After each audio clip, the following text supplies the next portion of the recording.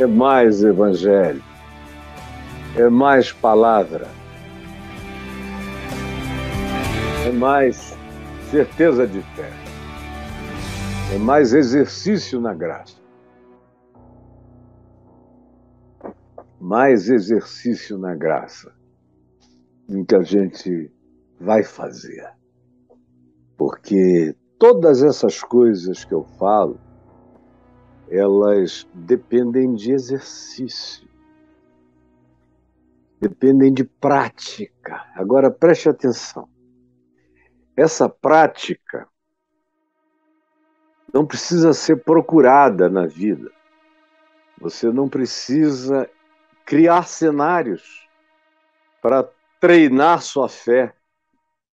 Você não precisa fabricar, provocar, instigar, molestar, chatear, se tornar inconveniente, para então receber o troco e dizer que está sendo molestado na fé.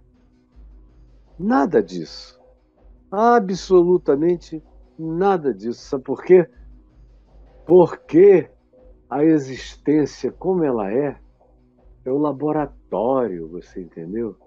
Como ela é. Eu nunca na vida precisei provocar nada para exercitar minha consciência, minha fé, minha tenacidade, minha resistência, minha resiliência, minha perseverança, minha disposição de atravessar a tribulação sem olhar para trás, divisando perspectivas na frente. Nunca precisei fabricar nada. Foi tratando todos bem, tratando tudo bem, tratando com positividade, falando a verdade, tentando andar em justiça. Foi que todas as coisas boas me acometeram e todas as experiências ruins vieram até mim. Eu fui treinado e tenho sido treinado, estou sendo treinado. Eu já vinha sendo treinado antes de conhecer o Evangelho para mim. Já vinha sendo treinado e quando eu conheci o Evangelho para mim, eu aprendi como tudo o que tinha acontecido antes fora tão somente treino no laboratório da existência. E quanta variedade de treinamento, de experiência eu fui submetido. Mas aprendi o que eu quero, o que eu não quero. Como diz o escritor de Hebreus, aprendi a discernir tanto o bem quanto o mal. E a discernir o bem do mal e a discernir o mal do bem. A gente tem que aprender que existem bens que às vezes vêm eivados de algumas coisas que a gente precisa separar, joirar, pôr de lado. E existem certos males que vêm com um toque de bem para nos provocar, para nos tirar da letargia, para nos acordar, para nos fazer perceber. E aí, quando o Evangelho foi encontrado por mim, para mim, e além de ser para mim, era a partir de mim para os outros, como foi desde o primeiro dia e até o dia de hoje, aí é que a vida se transformou num laboratório de uma riqueza em que eu venho sendo treinado em tudo e em todas as coisas. Como Paulo disse, de tudo e de todas as coisas eu tenho experiência, tanto da abundância quanto da escassez, de não ter nada e nem promessa de coisa alguma. Experiência de que, na realidade, não importam as circunstâncias, porque eu tudo posso e aprendi a poder tudo naquele que me fortalece. Aí você ganha essa musculatura de Jesus para viver. Ganha essa resistência de Cristo para prosseguir. Esse é o meu chamado na vida. É me tornar um homem desse jaez, dessa estirpe, dessa qualidade, segundo Jesus. Esse é o meu chamado. E me tornar um Cristo, semelhante a Ele, e viver a eternidade como um gêmeo do Cristo eterno. Essa é a minha vocação. Irmão dele, ele é o primogênito, e eu assimilo e assimilarei todas as qualidades divinas, eternas e absolutas do ser do Cristo eterno. Essa é a minha vocação. Agora, aqui na Terra, eu estou no meio do laboratório, no meio da experiência, para todos os lados. E é por isso que eu propus a você esse tema hoje, vivendo no tempo da deserção.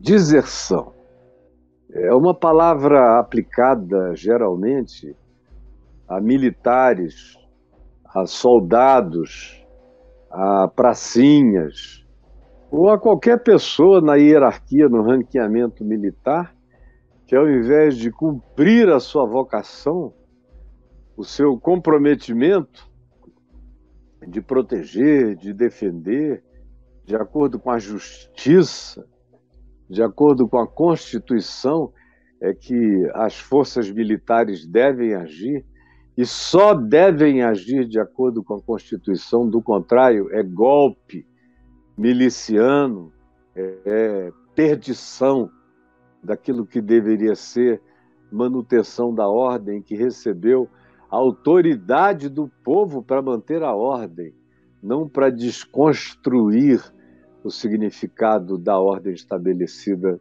pela Constituição, na qual nós nos fizemos cidadãos iguais. Deserção, portanto, é a palavra utilizada para esses que abandonam a sua vocação original de servir e que tinham se alistado para serem soldados de Cristo, servos de Cristo, embaixadores de Cristo, pregadores do Evangelho, misericordiosos a serviço do amor de Deus no mundo, que de repente, por razões diversas e variadas, foram virando as costas lentamente. Devagar eles foram se afastando. Um dia você os procurou e já não os achou, porque eles entraram no caminho da deserção. Deserção é uma coisa que eu observo desde o primeiro dia da minha fé lúcida e consciente, que 2 semanas depois eu já perguntei: pai, cadê aquele irmão que estava por aqui quando eu cheguei, nos primeiros dias? Ah, meu filho, infelizmente, ele é assim mesmo, ele vem, ele desaparece, agora a gente não sabe quanto tempo ele vai ficar, se é que ele vai voltar. Tem gente que se habitua a desertar, a simplesmente negar, desaparecer, silenciar, se esconder, não confessar mais nada, não se comprometer mais com coisa alguma, não abrir a boca para nenhum compromisso de fé e simplesmente silenciam para aquilo que antes eles diziam ser a razão das suas vidas. E eu tenho aqui um texto que é mais valioso pelo seu contexto do que pelo que está escrito propriamente. É o texto de 2 a Timóteo, segunda carta de Paulo a Timóteo, quando você lê no capítulo 4, ele chamando Timóteo a se comprometer com Jesus, o juiz de vivos e de mortos, diz: prega a palavra, não fique encolhido, não se intimide. Ao contrário, seja valente, inste, quer seja oportuno, quer não. Corrige, repreende, exorta com toda longanimidade, amor, palavra sensata, sábia, pois haverá tempo em que as pessoas não suportarão o evangelho, essa palavra sã, essa palavra da vida. Pelo contrário, cercar-se-ão de mestres, segundo as suas próprias cobiças, gente que chega para falar só o que elas querem ouvir, gente que pesquisa para saber o que as pessoas querem ouvir. Como eu ouço toda hora: Caio, você podia ter milhões e milhões de seguidores, bastava você não ser tão profético, não ser tão claro, tão explícito. Bastava você propor algum algodão doce, algum sorvete, algum picolé, alguma sobremesa de saída, adocicar a boca desse pessoal, você ia ver. E não faça as coisas serem tão sérias, nem tão profundas, nem tão radicais, porque as pessoas têm medo. Mas eu sou discípulo de Jesus e de Paulo, que diz: olha, Caio, não te intimides, prega, mesmo que você fique só. Não fuja da verdade da palavra. Confronte a humanidade com o evangelho. Porque saiba, no entanto, que a disposição das pessoas será contrária a isso. A maioria não quer ouvir a palavra do evangelho. Eles querem aquilo que alimente as suas cobiças. Eles querem dinheiro, então eles querem uma palavra de riqueza. Eles querem uma mandinga para ficarem com a amante, com o amante, e para que ela esqueça do marido, ele esqueça da esposa. E aí você oferece isso, uma promessa de Deus para ligar o que estava separado. Ou então, eles sabem que vocês têm coceira nos ouvidos em relação ao que é verdade, e eles só oferecem para você a verdade besuntada de mentira. E aí Paulo diz: fica sabendo, para tu não levares nenhum susto, que nos últimos tempos, nessa época, chegará essa hora em que as pessoas do evangelho, os cristãos, os que são membros de comunidade de fé, se recusarão a dar ouvidos à verdade. Se recusarão. Não quero. Aí você diz: mas é bom. Olha só o bem que fez a mim. E eles dizem: eu não quero o teu bem. Eu não quero nada disso. Eu me recuso, eu tapo os ouvidos. Eu passo por cima. Eu não quero ouvir nenhuma frase. Eu não quero ouvir nada. Eu me recuso.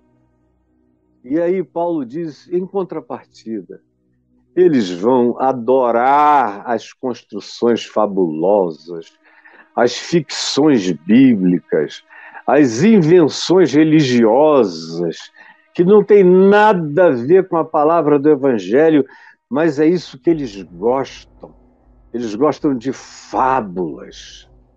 Mas quanto a você, Timóteo, Caio, quem quer que nessa condição se ponha, ser sóbrio em todas as coisas. Suporta as aflições. Por quê? Porque as aflições, Jesus disse, vocês terão. Mas tem de bom ânimo. Eu venci o mundo. A aflição é natural. Mas apesar delas, faze o trabalho de um boanovizador, de um evangelista, de um proclamador da boa nova, da boa notícia, da esperança, da graça, da força da ressurreição, da exultação eterna. Esse é o trabalho de um evangelista. Portanto, cumpre até o final o teu ministério. Porque quanto a mim, Paulo diz, eu já estou sendo oferecido como libação. Eu vou morrer, eu estou no apagar das luzes, preso aqui nesse ninho de correntes geladas, cercado pela guarda pretoriana. Eu vou ser ferido e o meu sangue vai ser derramado como uma oferta de gratidão a Deus. Ele seria decapitado por Nero. Eu, todavia, ele diz, já cansado, cego, velho, com frio, abandonado, sem ninguém, traído, depois de tudo que eu vivi, depois de tudo que eu preguei, depois de tudo que eu dei, depois de todo o esforço feito, depois de todo o amor compartilhado, depois de ensinar todo o conselho de Deus a tantos quantos quiseram aprender, eu estou aqui no final. Mas eu sei que eu combati o bom combate. Eu escolhi as boas guerras, as guerras do amor, da misericórdia, da justiça, do soerguimento, do levantamento, do abraço, do acolhimento, da salvação. Eu combati esse combate da vida. Completei a minha carreira, trouxe até o fim, levarei até a última hora. Meu último suspiro será louvor. E eu guardei a fé intacta. A fé em mim só se desenvolveu, só cresceu, Timóteo. E já agora, eu sei que eu estou no momentinho da ida, quase indo. Quase indo. Mas aí é que está o problema. É o que ele vai descrever que está acontecendo. Ele não está só indo, não é só o fim da vida dele, mas é uma vida cujo fim acontece sem nenhum tipo de respaldo, sem gente em volta. Quando você deu a sua vida por uma causa, de todo o seu coração, e você chega ao final da existência, mas você olha em volta, você tem aquela quantidade enorme de discípulos, de gente que aprendeu com você, que aprendeu de você, que aprendeu a ser de Jesus, vendo você ser de Jesus de verdade. E eles todos dizem, nós te abençoamos com a bênção com a qual tu nos abençoaste. E vai para o Senhor, porque nós estamos indo para o mundo pregar a palavra até o último dia das nossas vidas, como foi com a tua. Aí é diferente. Aí você parte com aquele gozo, aquela alegria, aquela completude estabelecida no seu ser. Mas não é esse o caso com ele. Ele sabe que a coroa da justiça já está guardada, que ele receberá do Senhor, não somente ele, mas tantos quantos amam a vinda do Senhor, amam o partir para estar com Cristo e amam a vinda de Cristo para estar conosco, amam estarem em Cristo e serem de Cristo e assentarem-se com Cristo e experimentarem o gozo da eternidade em Cristo. Mas o problema dele é o que segue aqui. Olha a angústia desse homem. Ele diz a Timóteo, procura vir ter comigo depressa. Depressa. Não dá para esperar, onde quer que você esteja, como quer que você esteja, venha logo. Por favor. Porque a minha solidão é profunda. Sabe por quê? Sabe, Demas, que andou comigo, que eu menciono em alguns outros lugares, em algumas outras cartas, eu digo como ele me foi útil para o ministério, como eu falei aos Colossenses, como ele me prestou serviços maravilhosos durante muito tempo, mas ele, Demas, tendo amado o mundo, essa era, as ofertas, as tentações, ele diluiu o caráter, se relativizou em todas as perspectivas, se tornou um ser amorfo, sem forma, vazio.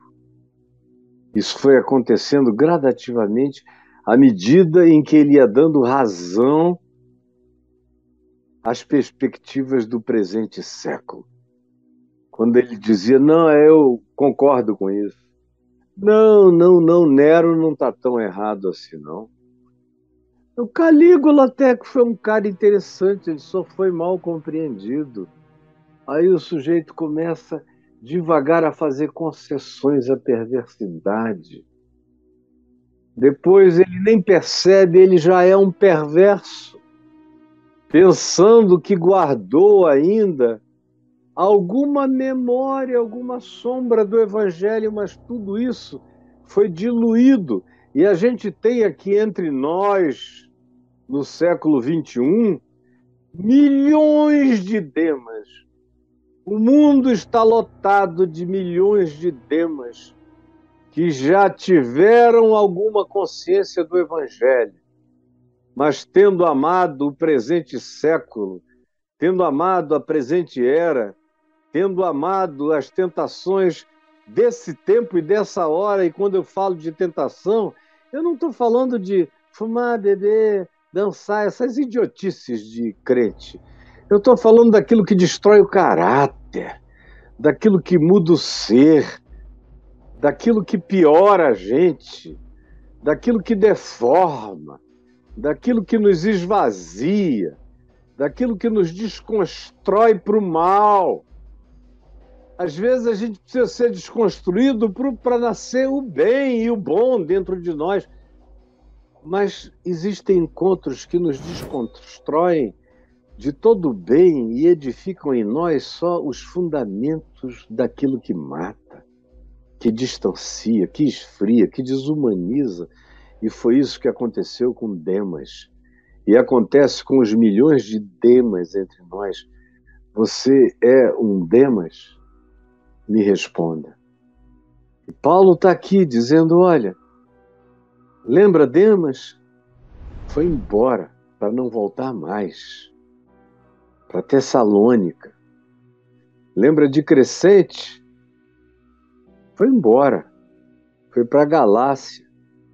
Ele acha que a vida é melhor, mais fácil para ele lá e andava comigo, mas me deixou. Tito, que é gente muito boa, está longe daqui, está na Dalmácia. E eu espero que ele volte. Que ele volte. Na realidade, somente Lucas que se juntou a eles na narrativa de Atos 16. Dali em diante ele passa a ser protagonista, historiador de Paulo e nunca mais o deixa. Por isso, Paulo diz, no meio de toda essa deserção, somente Lucas ficou. Quem ficou? Quem ficou? Eu já vivi uma hora dessa, 98, 99, 2000, 2001, em que eu assisti meu funeral. Eu assisti dezenas, centenas de discípulos que juravam que dariam a vida deles por mim. Tem alguns exagerados, como um que continua nas paradas aí, que era meu discípulo, mamou nas minhas tetas, que dizia, olha, se eu aprendi a falar com correção, foi com você. Se eu aprendi a pensar, foi com você. A cultura que eu desenvolvi foi assistindo a sua e foi a recomendação das leituras que você me propiciou. Se eu entendi alguma coisa que me dá uma noção básica, foi por observar o equilíbrio da sua vida e do seu ministério. E se eu já tenho um ministério, foi porque você me tratou como um filho, me deu lugar na televisão, me botou dos espaços que você tinha, nos mais nobres, até na Rede Globo, para eu ter um lugarzinho de fala, me levou para os seus eventos, fez de tudo. E eu fiz assim com centenas e centenas, mas esse era muito próximo. Aprendeu inglês na minha casa, o levei para fora, tudo isso. Mas quando aconteceu o que aconteceu comigo, ele achou que eu ia ficar na mão dele por uma razão idiota. Só um idiota imaginaria que um homem como eu ficaria chantageado por uma bobagem daquela que eu já tinha tornado era pública e ele não sabia. Que tristeza que me deu. Que tristeza, meu Deus. Falei, cara, você era meu filho. E ele fez juras exageradas de novo. Eu nunca mais vou lhe deixar. Segunda-feira eu estou aqui. Eu falei, uma das tuas doenças é o exagero. Você é exagerado a vida inteira. Por isso que você promete não dá para a gente levar a sério. Não dá.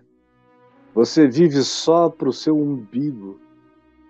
A minha esperança é que você virasse um homem maduro e não continuasse a ser esse menino traíra, oportunista, aproveitador. Que tristeza. E já faz 20 e tantos anos. E ele disse, segunda-feira eu vou estar aqui com o senhor. Falei, não, sabe quando você vai voltar? Nunca mais. Com as suas próprias pernas? Você não é homem para voltar.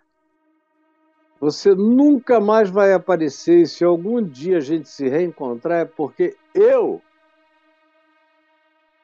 como pai, entristecido que estou, tive a dimensão de coragem, de carinho, de amor, de te procurar e de dizer que você está perdoado, mas nem assim você vai ter coragem de voltar porque você é covarde.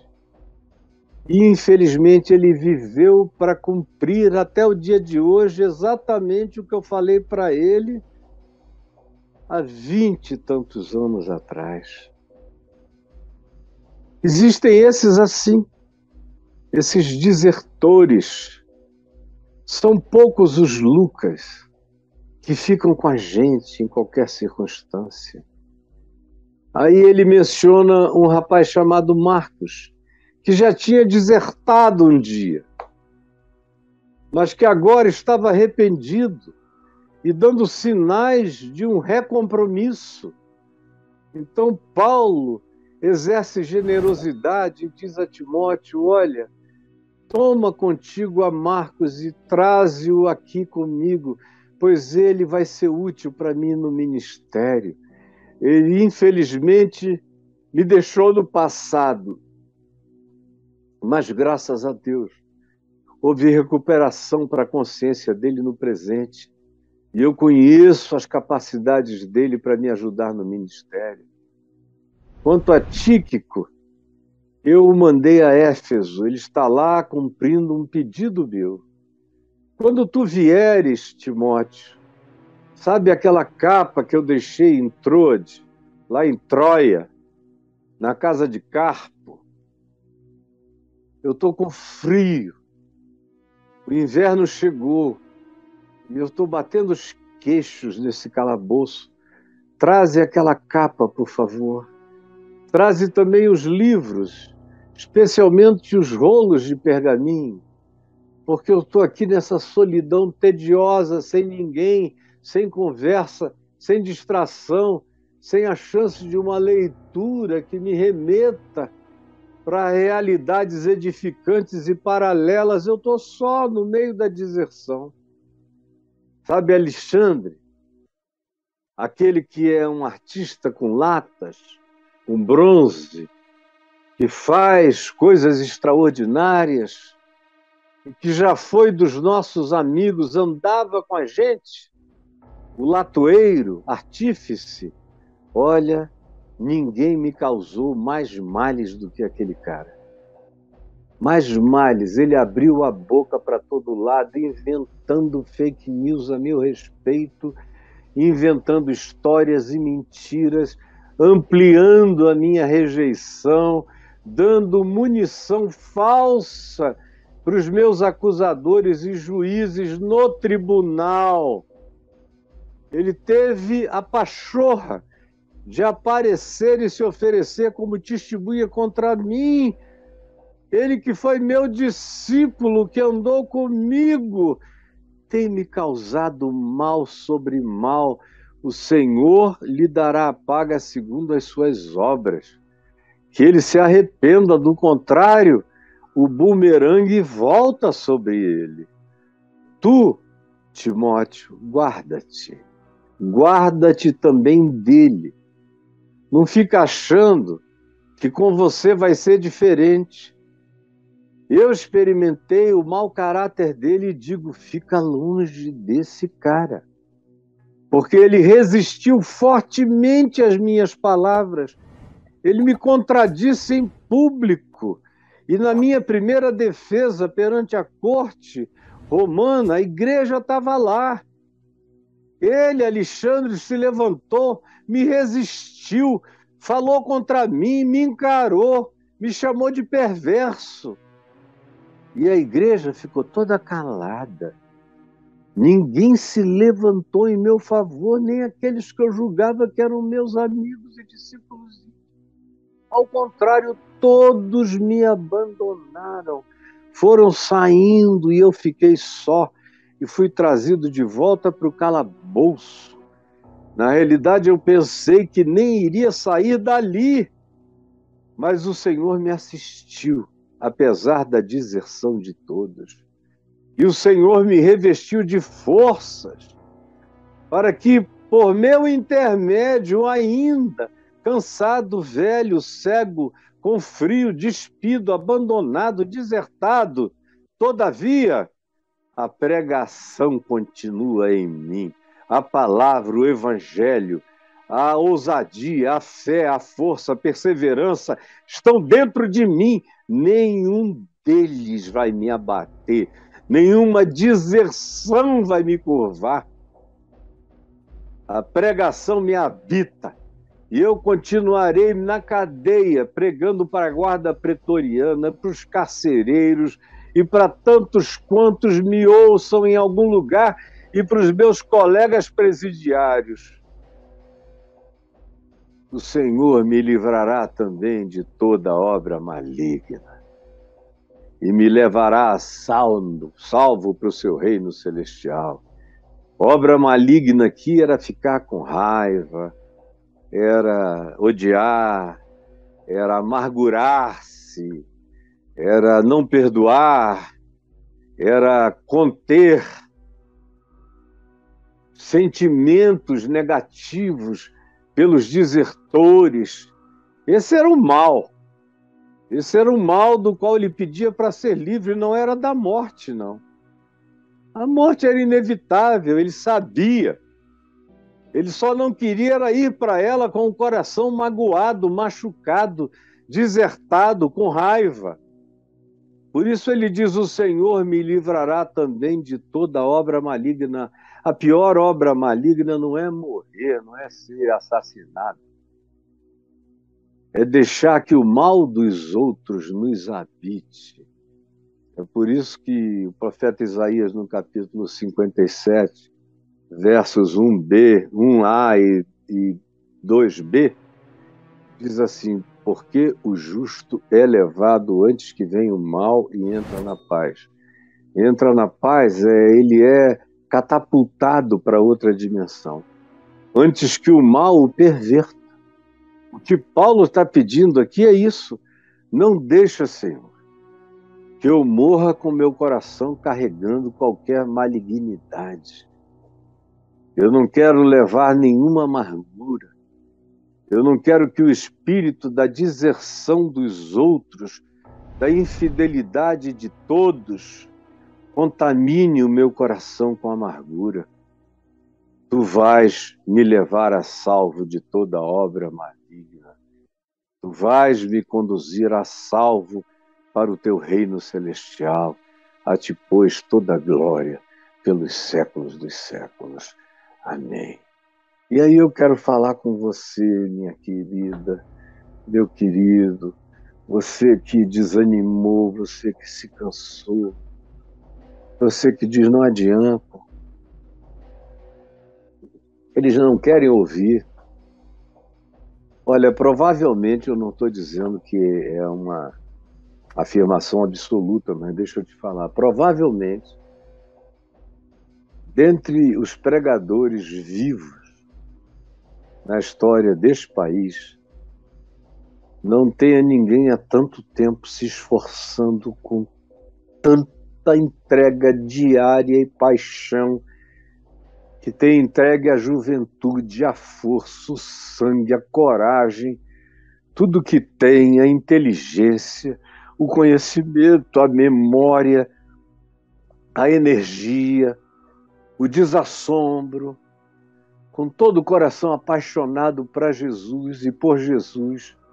Tem pouca gente, eu tenho consciência disso, que tendo abraçado com paixão e amor essa graça de Deus em Cristo, aguardou intacta no coração. A maioria foi cansando, a maioria não aguenta deserção, rejeição, abandono, descaso, desconsideração, não aguenta a opinião de uma maioria, aí se decepciona, e porque se decepciona, desiste de quem é e entra em estado de acomodações em casulo, se encasula, se encaramuja, se fecha em copas, se encolhe todo, bota a cabeça para dentro do casco e vai perdendo a própria resistência e a alegria de ser. Todas essas coisas vão se esvaindo. E aí a pessoa fica assim como você está. Tudo que de bom traz à memória é passado. O presente não há nada, o presente é só cansaço, cinismo, desânimo, o mandurinha só não faz verão, e eu estou sozinho. Foi bom enquanto durou. Eu fui um idiota por ter crido que as pessoas queriam essa bondade, essa pureza, essa leveza, essa graça, esse perdão, esse estado de ser em Deus, em Cristo, mas elas não querem isso não. Elas gostam de chicote, elas gostam de mandamentos perversos, elas gostam de viver em estado de pânico. É só assim que elas se sentem validadas, se forem cobradas todo dia. Então elas dizem, aqui tem alguém que se importa comigo porque cobra todo dia de mim, porque me enquadra, me domestica, me amestra, me adestra, me controla, me impõe significados que eu não conhecia. E, estranhamente, tem gente que gosta daquilo que as faz sofrer, como recomendação espiritual. Que quando você traz graça, alívio, vinde a mim os cansados e sobrecarregados, e eu vos aliviarei, tomai sobre vós o meu jugo e aprendei de mim, porque eu sou manso e humilde de coração, e achareis descanso para as vossas almas. Tem gente que diz, é assim, é fácil demais. Como eu já ouvi pessoas dizerem, olha, eu ainda não me converti não, viu, pastor? Mas no dia que eu me converter, não vai ser com você não, porque com você é tudo generoso demais. misericordioso demais, bondoso demais. No dia que eu me converter, vai ser naqueles lugares para eu levar cacete. Aí eu disse, tem gente que parece que gosta de apanhar. Agora, o pior, meu filho, é que você vai apanhar, apanhar, apanhar e não vai aprender nada. Só vai aprender que lá é onde você não quer estar. E às vezes já é tarde demais, você nem encontra mais um lugar de paz ou de refrigério, porque a sua mente já ficou definitivamente perturbada, lavada, condicionada, angustiada por pensamentos que são todos contra você. Mas as pessoas, infelizmente, desertam, não à procura de coisas boas, mas para seguirem coisas ruins, aquilo que mata e que faz mal. E aí, a quantidade de pessoas que começaram bem, que corriam bem, como diz Paulo aos Gálatas, vós corrieis bem. Quem vos persuadiu a desistirdes dessa corrida, dessa caminhada segundo o Evangelho, segundo Cristo? Quem foi que dissuadiu vocês? Essa persuasão não veio do Evangelho, veio de algum outro lugar, porque o Evangelho não nos persuade contra a perseverança, a resiliência, a constância, a continuidade e a vitória, porque o vencedor do Evangelho é quem é fiel até a morte, não desiste dos seus valores, dos seus significados, daquilo que abraçou, daquilo que crê, daquilo que chama de o significado do viver. Não abre mão disso. Mas e você? Tem os desertores aqui, os desertores, os Demas, os Alexandres, tem os que foram embora, procurando uma situação de comodismo, aonde você não seja complicado pelo compromisso com o Evangelho, e você vai tentar viver uma vida onde ninguém sabe de onde você veio. Está cheio de desertor aqui. Por que eles vêm aqui? É porque eles sentem alguma saudade. Ou porque eles querem saber em que ponto eles estão em relação à mensagem original, que é essa que eu prego aqui, é a original. Alguns sofrem. Alguns dizem, será que eu conseguiria ainda voltar?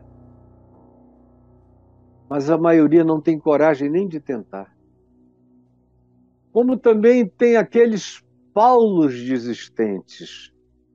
Tem os Paulos esmagados, os Paulos deprimidos, os Paulos angustiados, os Paulos suicidas, os Paulos que disseram, eu fui preso, mais preso do que dá para contar.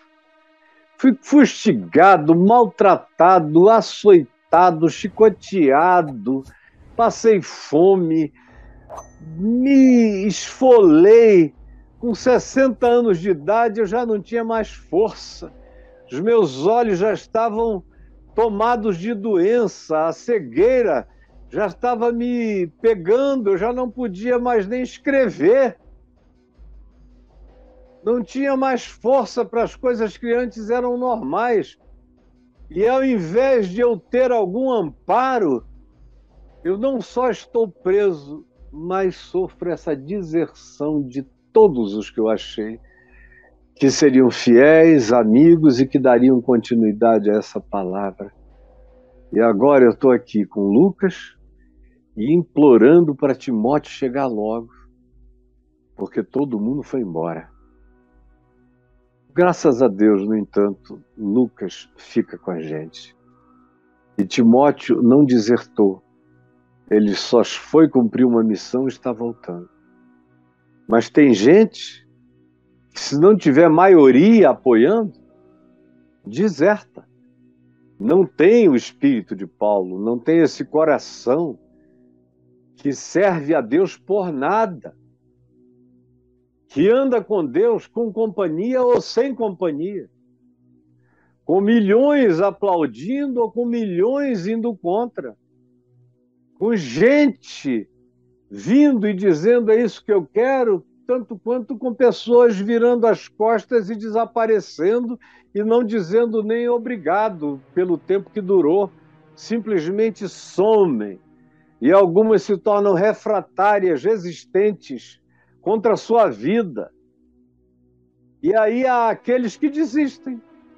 Como eu encontro, preste atenção, eu encontro pastores que vêm conversar comigo, não é de hoje, mas de uns 14, 15 anos para cá, quando essa deserção generalizada do evangelho se estabeleceu, porque enquanto isso que as pessoas chamam de igreja incha, mas o evangelho encolhe.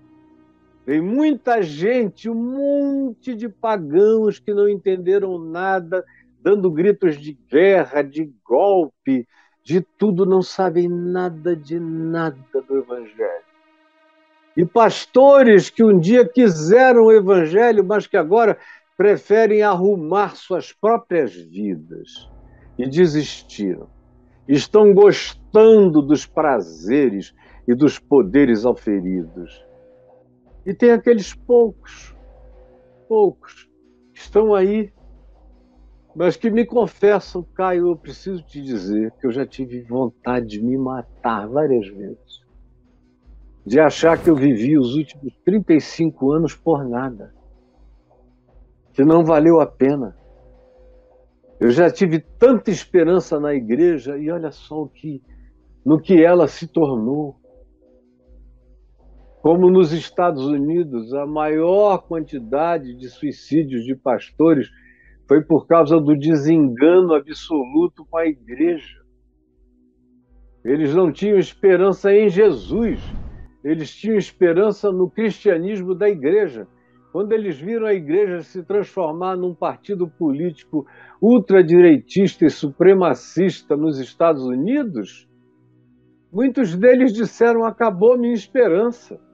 Aí a mulher deixou, o filho começou a tomar drogas, a garota confessou, a filha dele, que era lésbica, ele disse foi tudo um fracasso, e aí se mata porque não quer nem responder a ninguém, porque que o modelão dele fracassou. Eu estou falando com você que já teve tempo de se incluir, ou entre os desertores, ou entre os desertados, ou entre os desertados que estão desertando de si mesmos por cansaço, por decepção, por tristeza. Senhor Jesus, eu quero te pedir, pelos desertores que vão ouvir, que essa palavra chegue a todos os Demas, aos Alexandres que se perverteram, aos crescentes que buscaram conforto longe da radicalidade da prática do Evangelho. E eu te peço pelos Paulos frágeis que não tiveram a resistência de encarar, de enfrentar, de celebrar a vitória, mesmo que decapitados, não há nada que me possa vencer. Eu herdarei o reino celestial. Podem me cortar a cabeça, porque o meu corpo espiritual tem uma cabeça para ser coroada com glória. Por favor, Jesus, que essa tua palavra chegue aonde precisa. E como eu tenho ouvido tantas vezes, que ela tire muita gente do buraco. É o que eu te imploro, em nome de Jesus. Amém e amém.